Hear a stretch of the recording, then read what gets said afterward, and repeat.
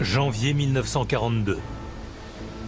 L'audacieux capitaine d'un U-boat remonte à la surface pour permettre à son équipage d'admirer la vue sur Manhattan.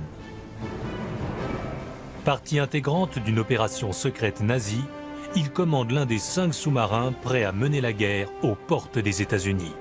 Navire ennemi!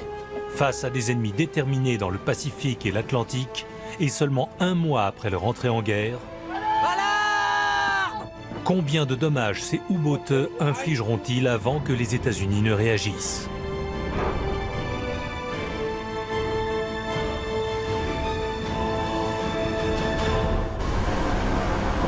Lors de la Seconde Guerre mondiale, les armes sous-marines permettent aux soldats de combattre sous les flots. Avec ruse, force et ténacité, leurs ennemis contre-attaquent. Révolutionnaires, mais parfois primitives, ces batailles acharnées pourront changer le cours de la guerre. Leurs histoires sont légendaires.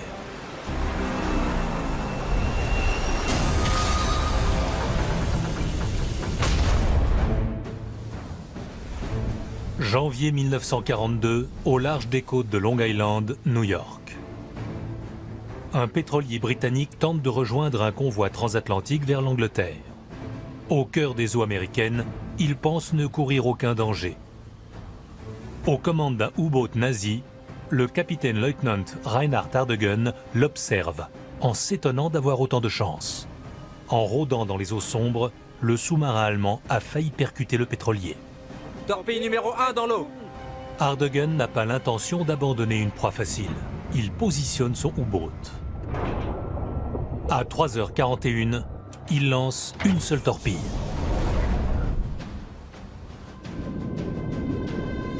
Moins d'une minute plus tard, l'explosion éclaire le ciel nocturne, les flammes montant très haut dans les airs.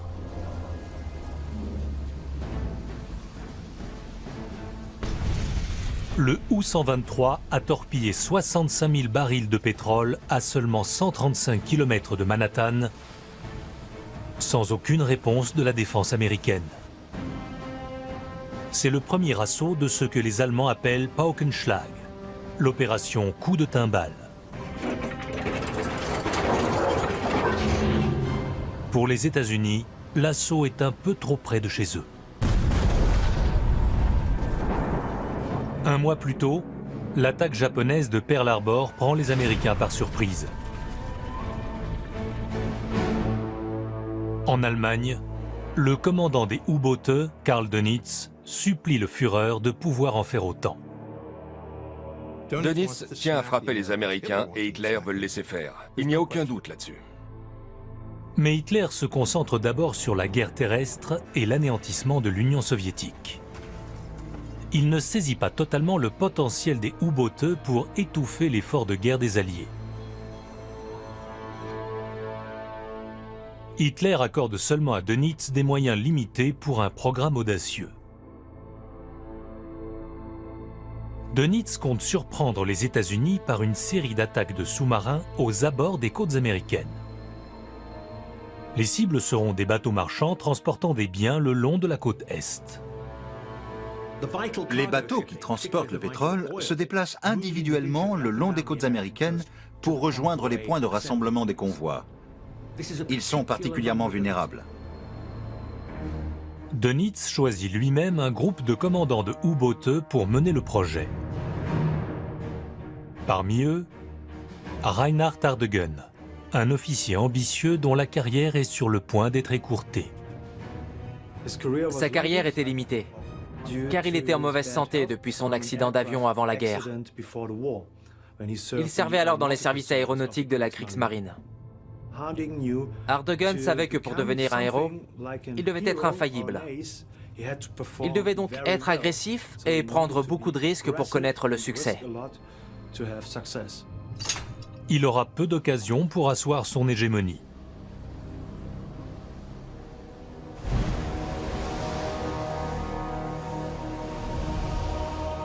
Une semaine avant Noël, les U-booteux commencent à quitter secrètement la base de l'Orient, sur la côte française occupée. Les patrouilles durent souvent 70 à 80 jours.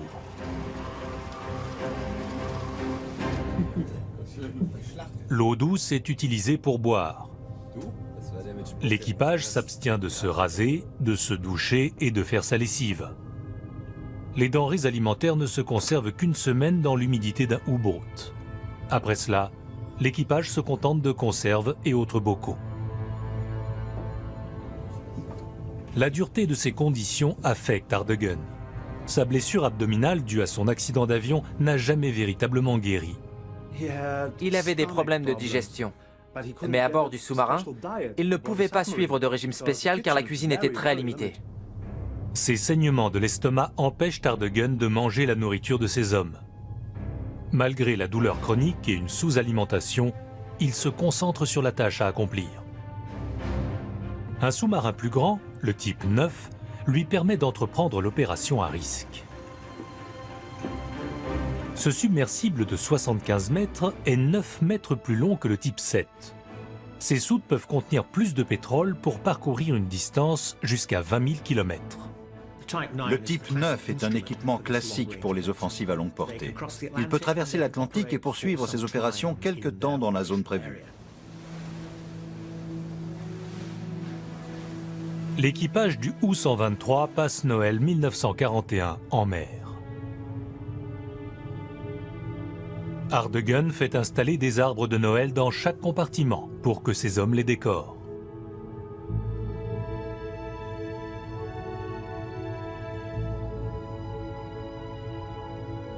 Lettres et colis venant d'Allemagne sont distribués.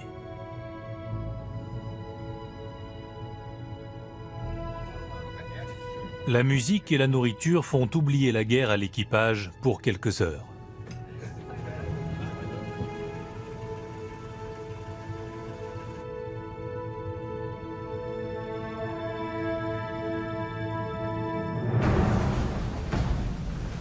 Le 27 décembre, après 4 jours de voyage, il passe le 20e méridien ouest. Le U-123 est alors en service de combat actif. L'équipage obtient une prime et Ardegen prend connaissance des ordres de l'opération Top Secret. Ils savent qu'il se dirige vers la côte orientale de l'Amérique du Nord, mais nul, pas même le capitaine, ne sait où précisément. Ardegen révèle les détails de leur mission. Quels sont les ordres? Ils sont censés rechercher et détruire les bateaux marchands autour de New York. Les 4 autres U-booteux doivent suivre des ordres similaires dans d'autres zones de la côte atlantique. L'amiral de Nitz appelle cette campagne Paukenschlag, ou opération coup de timbale. Ardegen rencontre un problème. Les eaux peu profondes regorgent de dangers et il est difficile d'y naviguer.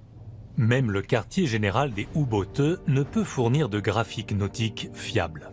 Comme les Allemands ne s'y étaient pas préparés avant la guerre, tout ce que possède Ardegen est une vague carte de New York, un graphique général des eaux environnantes et un guide.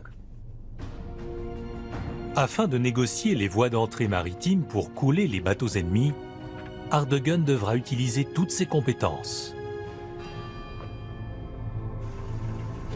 Mais déjà, la transatlantique de 5600 km plonge le U-boot 123 au cœur des pires tempêtes hivernales. Le vent souffle jusqu'à 110 km/h. Quand la tempête gronde dans l'Atlantique Nord, ce n'est pas l'endroit où on a envie de se trouver. Un creux barométrique provoque une forte tempête et une mer agitée. Des vagues de 9 mètres s'écrasent sur le massif. Mais pour conserver une vitesse maximale, Ardegen décide de maintenir le U-123 en surface. Sous l'eau, sa vitesse est limitée à 8 nœuds sur de courtes périodes. En surface, il peut aller 2 fois plus vite, à près de 35 km/h.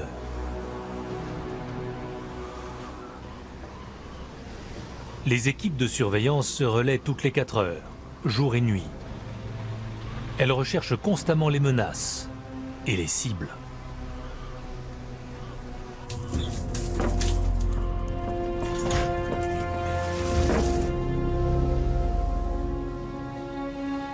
Tandis que le monde entre péniblement dans une nouvelle année de guerre, 5 U-boats nazis croisent vers les zones opérationnelles entre le golfe du Saint-Laurent au Canada et le cap Hatteras en Caroline du Nord.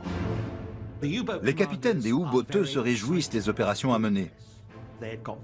À l'automne 1941, ils étaient très frustrés quand ils ont attaqué des convois protégés par des escortes américaines sans pouvoir prendre l'initiative de couler les navires américains. C'est pour eux une belle revanche à cette guerre non déclarée avant l'attaque de Pearl Harbor.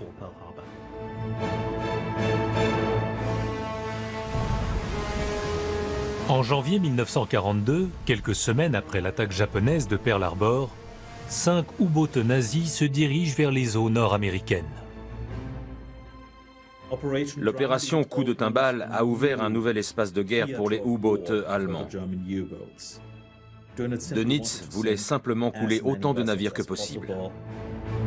Au quartier général des U-boats, la formule est simple. Dönitz a dans l'idée de mener une guerre économique au tonnage.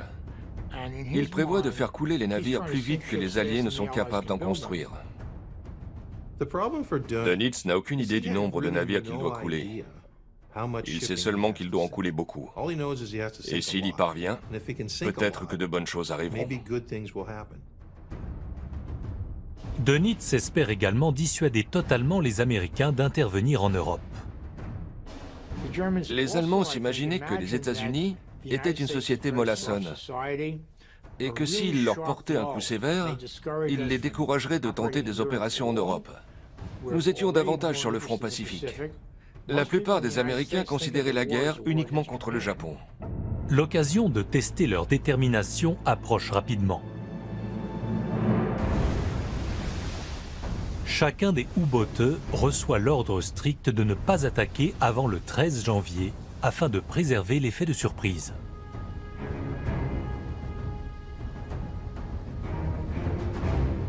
Dévié de son itinéraire par les tempêtes hivernales, le U-123 atteint la côte Est en avance. 20 degrés tribord. Le capitaine-lieutenant Reinhard Ardegen et son équipage guettent sans relâche. Ils découvrent et traquent une cible ennemie à 180 km de la côte. Ce pourrait être un navire marchand ou un destroyer allié. 20 degrés tribord. Ardegen manœuvre pour voir de plus près. Un vapeur britannique d'environ 10 000 tonnes qui doit contenir du ravitaillement pour les Alliés. C'est une cible de choix. Mais 2 jours avant le début de la mission secrète, il risque de révéler sa position. Pourtant, Ardegen est tenté. Les commandants de sous-marins sont toujours très agressifs et la vue d'un navire marchand allié était quelque chose à laquelle Ardegen ne pouvait résister. Il vise le vapeur et lance sa première torpille. Torpille, feu!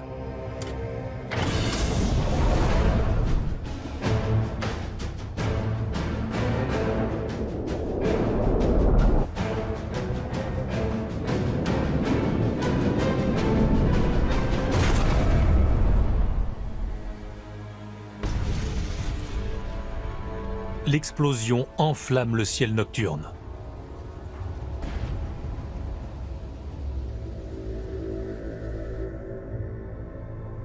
Les opérateurs radio du U-boat 123 interceptent les appels d'urgence du navire. SOS, puis SSS, le code de détresse utilisé pour une attaque menée par un sous-marin. Pour sauvegarder sa mission, Ardegen doit réduire sa victime au silence. Il positionne le U-123 pour lancer une nouvelle torpille. Son équipage vise le pont pour anéantir la radio qui envoie les messages de détresse.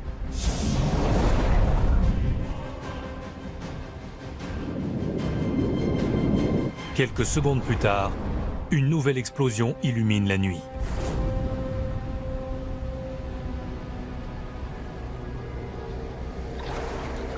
Les passagers et l'équipage du navire Cyclops dérivent pendant 20 heures. Seules 2 personnes sont tuées lors de l'attaque initiale. 86 autres périssent dans les eaux glacées de l'Atlantique Nord.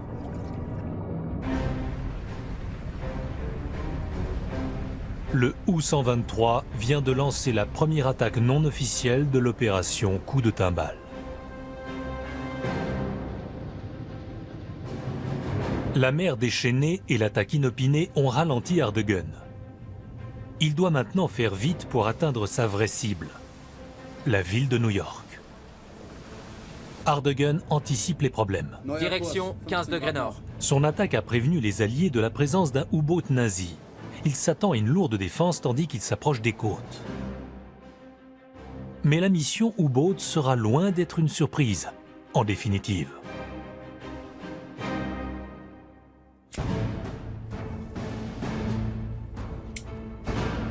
Le contre-amiral américain Adolphus Andrews a pour mission de protéger le littoral oriental des États-Unis.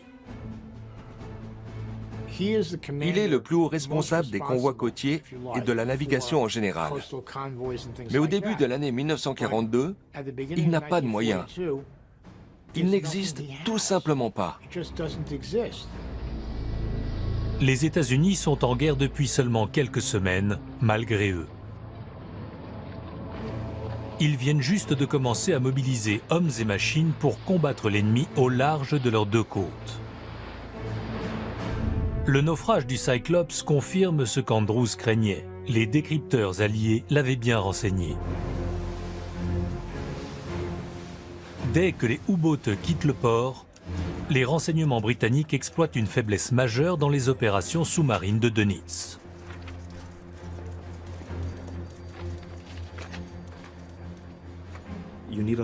Il faut une grande communication entre les sous-marins et le quartier général en Europe. Et les transmissions radio pouvaient facilement être interceptées par les forces alliées.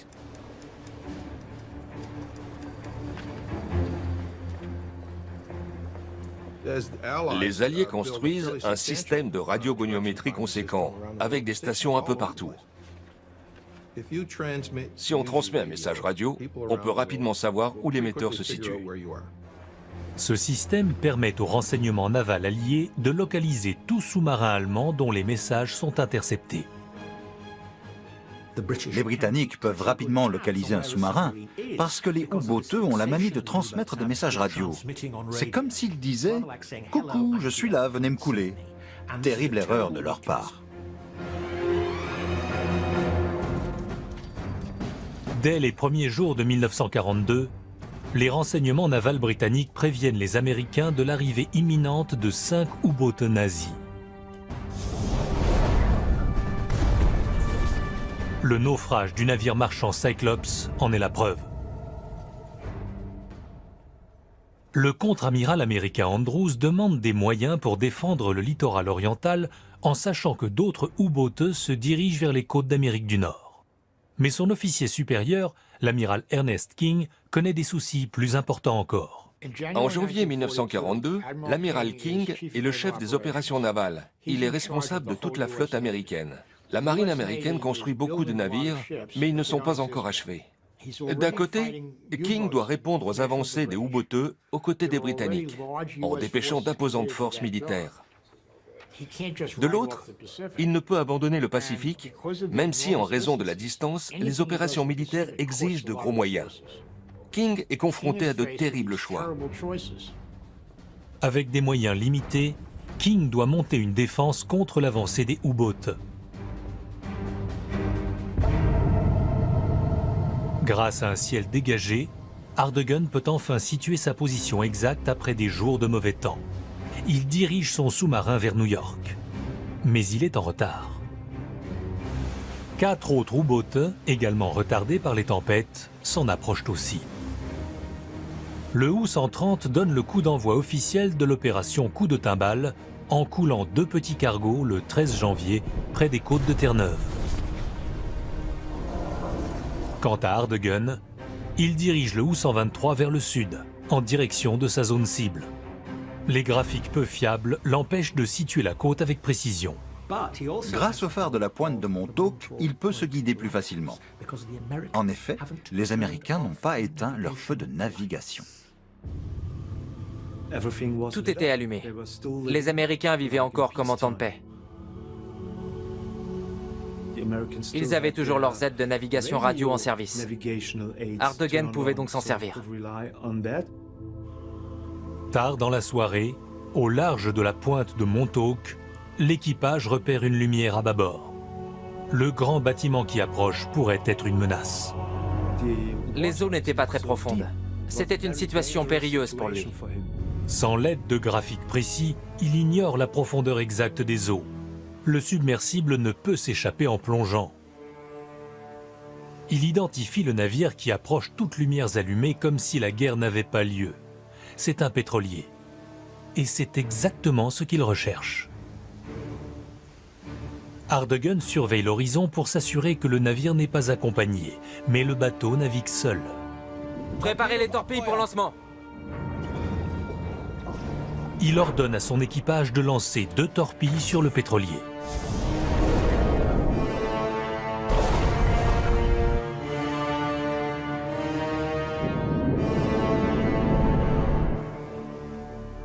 Mais l'attaque reste vaine. Les torpilles n'ont pas explosé. La plupart des torpilles chargées sur le U-123 sont de type G7E. Ce sont les torpilles les plus sophistiquées de l'arsenal nazi. Elles font 7 mètres de long et contiennent une charge explosive de 270 kg. Il avait un dispositif électromagnétique qui permettait à la torpille d'exploser sous le bateau. Mais si la torpille était lancée trop en profondeur, le champ électromagnétique du bateau n'était pas assez fort pour la faire exploser.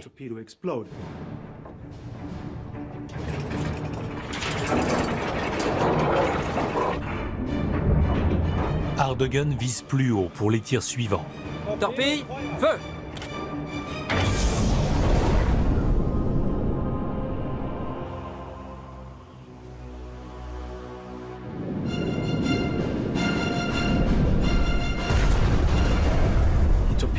Il a torpillé le navire. Et comme c'était un pétrolier, il y a eu une grande explosion.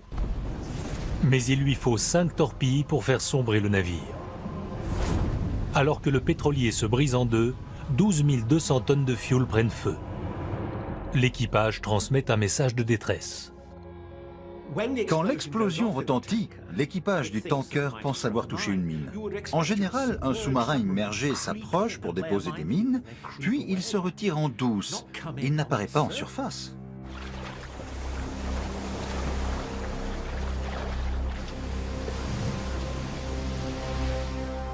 Ardegen parvient à s'échapper, mais pas avant que les survivants sur les canaux de sauvetage ne repèrent le U-123. Ce sont les premiers témoins oculaires de l'attaque d'un U-boat nazi dans les eaux américaines. Le capitaine-lieutenant Ardegen s'attend à de violentes contre-attaques.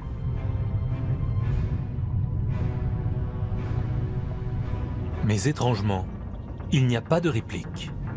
Quand les Allemands arrivent sur la côte orientale des États-Unis, ils sont abasourdis par le manque de protection des cargaisons. Pour eux, c'est inexplicable.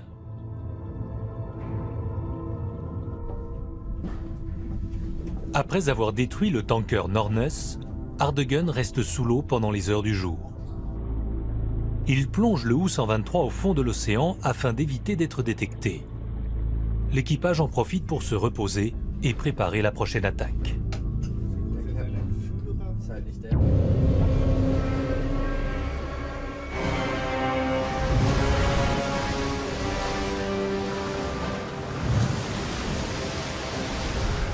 De retour en surface, ils apprennent par radio que le tanker Norness a finalement été repéré et son équipage secouru près de 12 heures après le naufrage.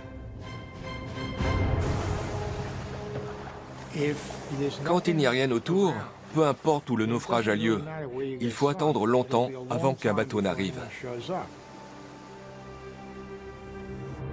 Les navires marchands reçoivent eux aussi l'alerte de la présence d'un U-boat dans le secteur.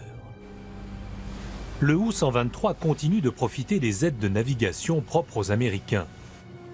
Les lumières des navires lui permettent de s'orienter. Et les bateaux phares marquent l'entrée des ports américains. Si les lumières de la ville ne brillent pas suffisamment. La marine ne parvient pas à convaincre les gouverneurs et les maires des villes principales de la côte de se plonger dans le noir. Les gens ne comprennent pas qu'il s'agit d'une guerre et qu'il faut faire quelque chose.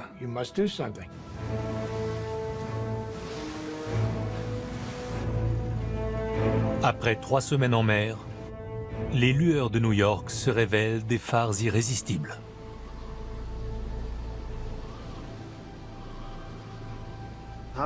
Hardegun a pu voir apparaître les gratte-ciel new-yorkais.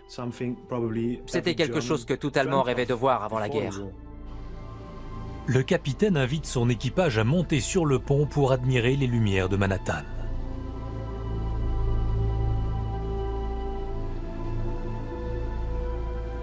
Mais le U-123 n'est pas là en visite.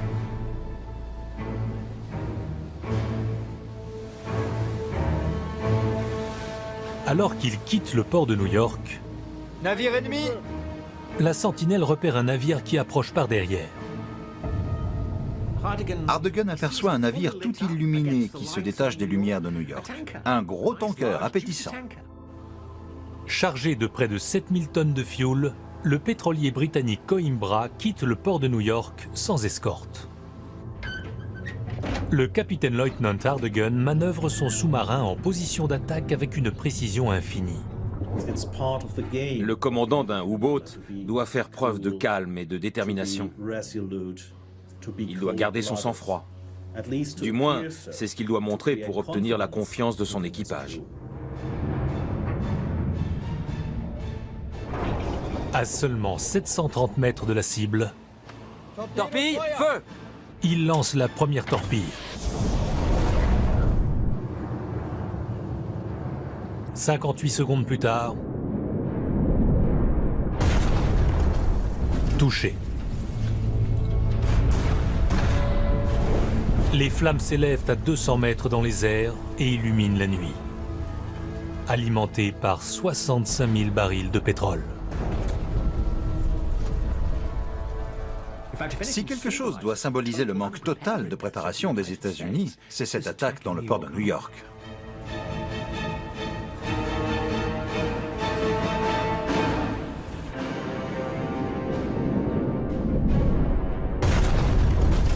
Quelques minutes après l'attaque du pétrolier Coimbra à 135 km de Manhattan, Hardegun tire une deuxième torpille pour accélérer le naufrage et anéantir tout signal de détresse.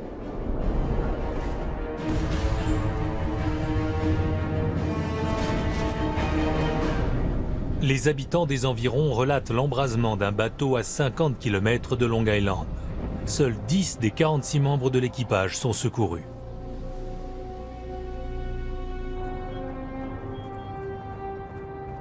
Cette série de naufrages et l'approche de nouveaux U-boats sur le littoral obligent les commandants de la marine américaine à surveiller la situation de plus près. Dans le port de New York, un arsenal de 23 navires s'assemble. Des destroyers, des cargos, des croiseurs et des navires de combat. L'armada est appelée Task Force 15. Elle est prête à escorter les troupes américaines sur le théâtre militaire européen. L'amiral Ernie King doit prévoir de retarder le convoi maritime des troupes, mais il est confronté à des implications politiques plus importantes. Une fois que les États-Unis sont entrés en guerre, il est vital de montrer leur engagement aux Alliés. Ça veut dire, entre autres, que les troupes américaines doivent presque immédiatement être déployées en Grande-Bretagne, en Irlande du Nord et en Islande. Les soldats doivent y être convoyés et les escortes ne sont donc plus disponibles. Finalement, l'amiral King déploie la force opérationnelle et les troupes voguent vers l'Europe. Toute réponse militaire immédiate à la présence des U-boats s'avère impossible. Hardegun continue de cacher son sous-marin au fond de l'océan tout au long de la journée. Alors que le soleil se couche sur New York le 15 janvier,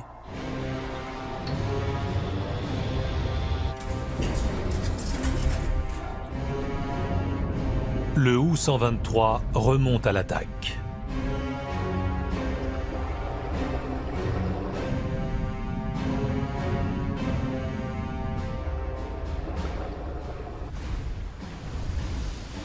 Mais il fait surface trop tôt.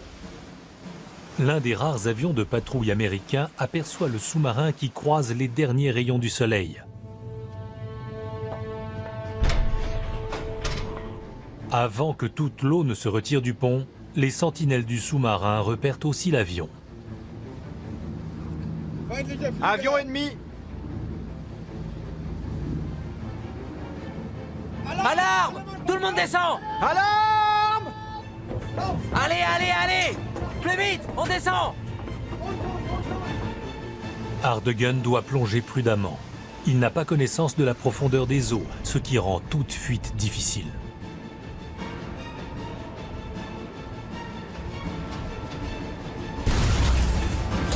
Quatre bombes aériennes tombent à tribord, mais loin du sous-marin.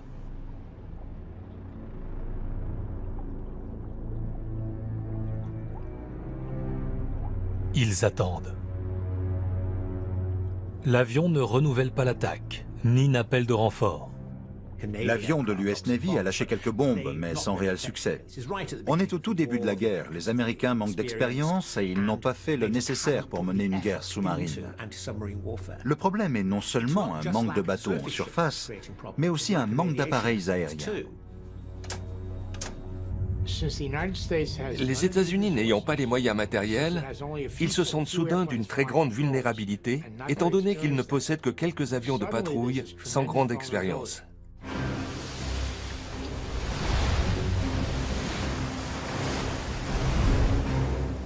Les U-boateux de l'opération Coup de Timbale frappent encore et toujours le long d'un littoral sans défense.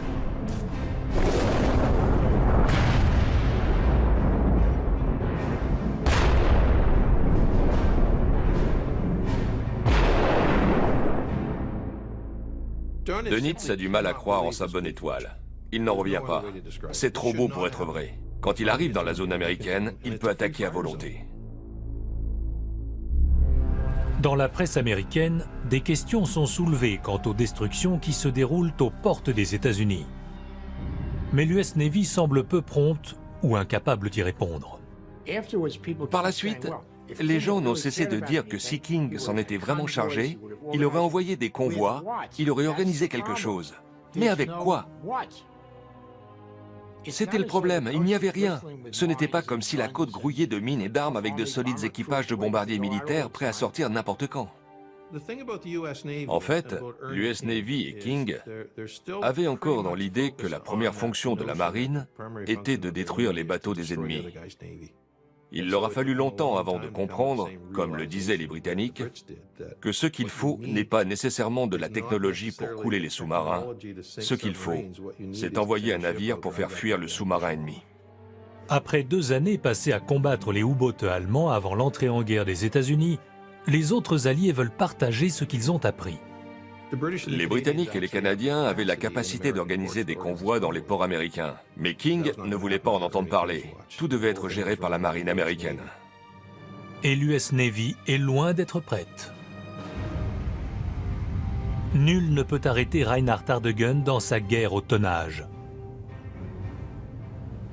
Hardegun apprend par la radio que les transports locaux sont en alerte et qu'il y a moins de navires à cibler dans le secteur. Comme il lui reste quelques torpilles, le U-123 élargit son champ d'action et se dirige vers le sud, le long de la côte est.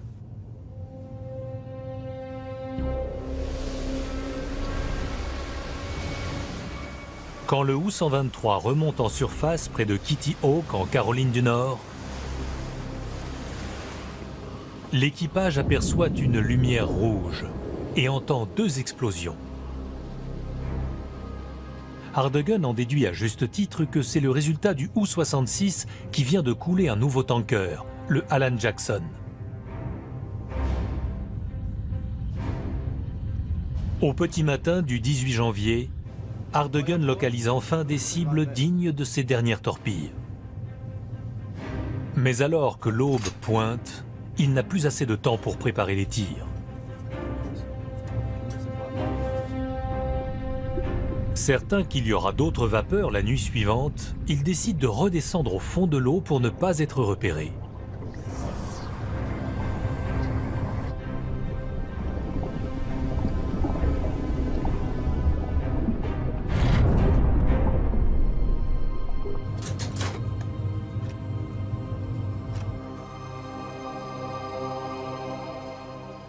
Quand la nuit tombe, Ardegen décide de chasser dans les eaux au large du cap Hatteras, en Caroline du Nord.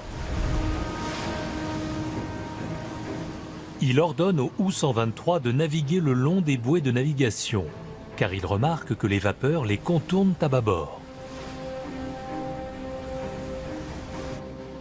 Navire ennemi! Juste avant 3 heures, Ardegen rencontre un navire marchand qu'il estime de 4000 tonnes. Il tire à une faible distance de 250 mètres.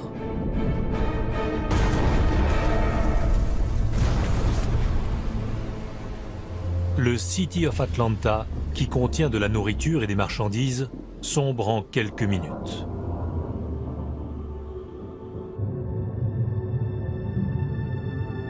Seuls 3 des 47 membres d'équipage survivent cette nuit-là.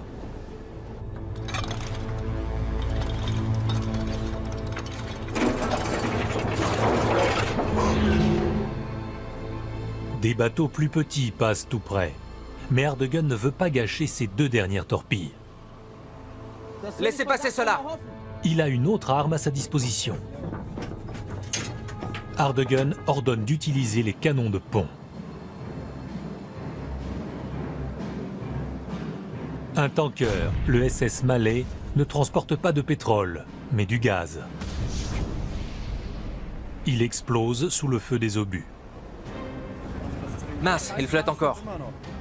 Ardegen vire et lance une torpille sur un autre navire près de là. Le cargo est touché.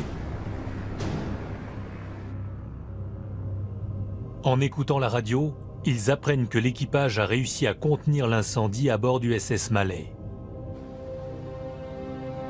Torpille, feu! Ardegen décide de terminer ce qu'il a commencé en faisant bon usage de sa dernière torpille.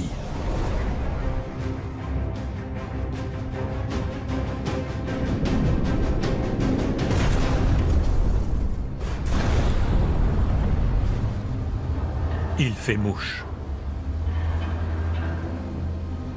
Les 2 moteurs à mi-vitesse, en avant.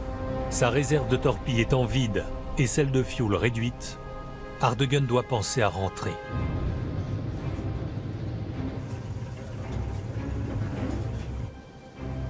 Mais quand le U-123 quitte les eaux américaines, l'insaisissable sous-marin est suivi. Capitaine, Einar Gleditsch, le capitaine du baleinier norvégien Kosmos II, traque le U-boat. De nombreux navires marchands norvégiens commencent à transporter des denrées pour les Alliés après l'occupation de leur pays par les nazis. L'officier commandant à bord du bateau civil a juste fait ce que les Britanniques avaient déjà fait pendant la Première Guerre mondiale. Il a essayé d'éperonner le sous-marin. Qu'on les prône.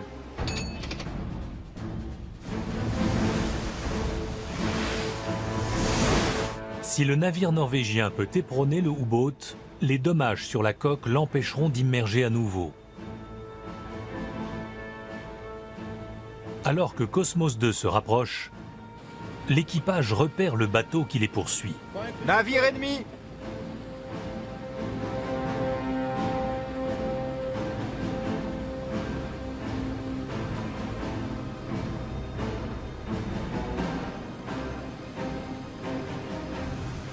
Avec seulement 20 mètres d'eau sous la coque, la zone n'est pas assez profonde pour se protéger en plongeant.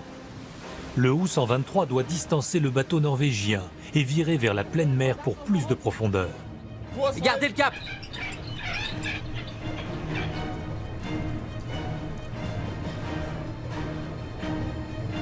On a une fuite!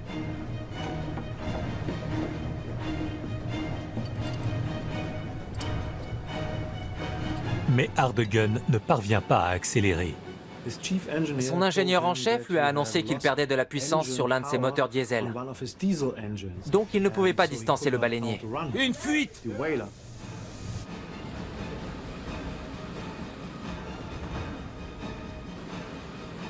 Le chasseur se transforme en proie. Torpille, feu! Après avoir attaqué les cargaisons marchandes alliées entre la Nouvelle-Écosse et la Caroline du Nord,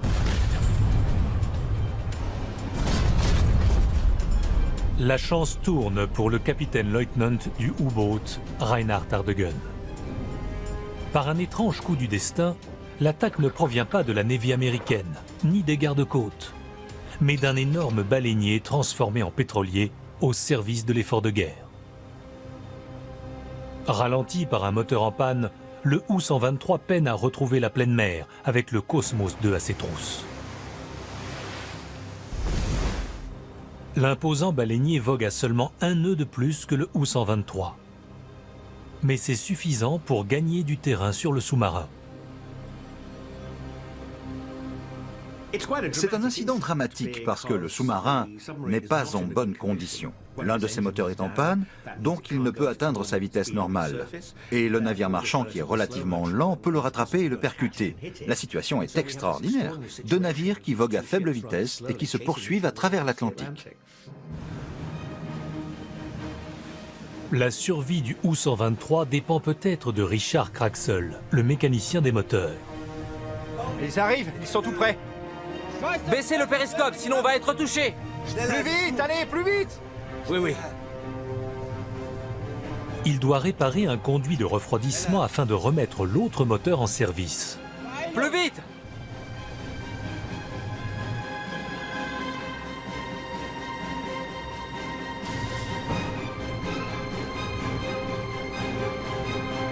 Ça y est, allumez le moteur. Allumez le moteur. Allez, démarrez-le.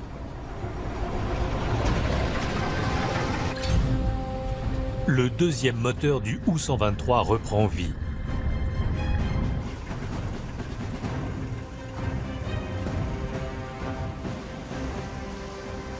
Le baleinier est à seulement 70 mètres derrière, mais le U-boat accélère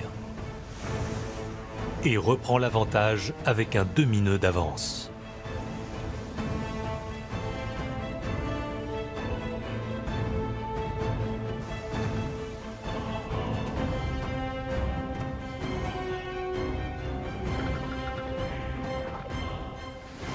Ardegen établit un itinéraire vers le nord.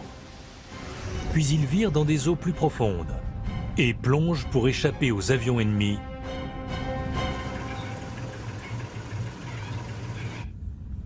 laissant derrière lui l'épave en feu de sa dernière cible et une côte américaine ravagée. Ardegen est celui qui a eu le plus de réussite lors de l'opération Coup de Timbale. Il a coulé 8 navires et a montré de quoi un sous-marin était capable quand il est mené de façon agressive dans une zone remplie de cibles. Il a à son actif le naufrage de 50 000 tonnes de cargaison. Même si sa dernière victime, le SS Malais, a réussi à rentrer au port par lui-même. Quand le quartier général des U-boateux apprend son succès, Dönitz envoie un message spécial. Pour Ardegen, chef de l'opération Coup de Timbale, bravo, vous avez réussi votre coup. Le U-123 reçoit également l'annonce que Ardegen recevra la si convoitée Croix de Chevalier. Les 5 premiers U-boateux de l'opération Coup de Timbale ont coulé 23 navires et tué des centaines de marins. En Allemagne, Hitler souhaite poursuivre l'offensive contre les côtes orientales américaines. Des vagues de U-boateux frappent le littoral alors que les assauts allemands martèlent les cargaisons américaines. Ardegen et le U-123 y retourneront en mars pour y couler 10 navires de plus. Les Allemands coulent plus de navires sur la zone côtière américaine en un an que pendant tout le reste de la guerre dans tous les océans du monde. Ils coulent 6 millions de tonnes de cargaisons marchandes avec leurs sous-marins rien qu'en 1942. C'est phénoménal. L'opération Coup de Timbale était vue par les commandants allemands de U-boat comme une période où ils pouvaient remporter des succès en coulant des navires sans réelle résistance. C'est devenu la période dorée des U-boats. Coup de Timbale a été une terrible défaite pour les Alliés. C'était une grande victoire pour les U-boateux qui n'aurait jamais dû arriver. Près de 700 navires couleront avant que la marine américaine ne soit capable d'instaurer un changement efficace. l'amiral américain Ernie King établit finalement un système de convoi pour les cargaisons marchandes au cours de l'été 1942. Sur la côte Est, les attaques de U-boats s'estompent face à l'opposition croissante. Quand les Américains veulent apprendre, ils mettent les moyens et sont très efficaces. L'apprentissage est intensif, mais une fois acquis, ils avancent très vite. L'héritage historique de la catastrophe de 1942 au large des côtes orientales américaines n'a jamais été accepté. Certains archivistes américains m'ont dit que l'US Navy évite cette histoire comme la peste. Ils ne veulent pas en entendre parler. Il est difficile de leur en vouloir. De par ce silence, le service et le sacrifice rendus par les marins et leurs familles ont été grandement oubliés. Qui se souvient de ces jours pénibles où les U-boats nazis ont transporté la guerre sur les côtes américaines ?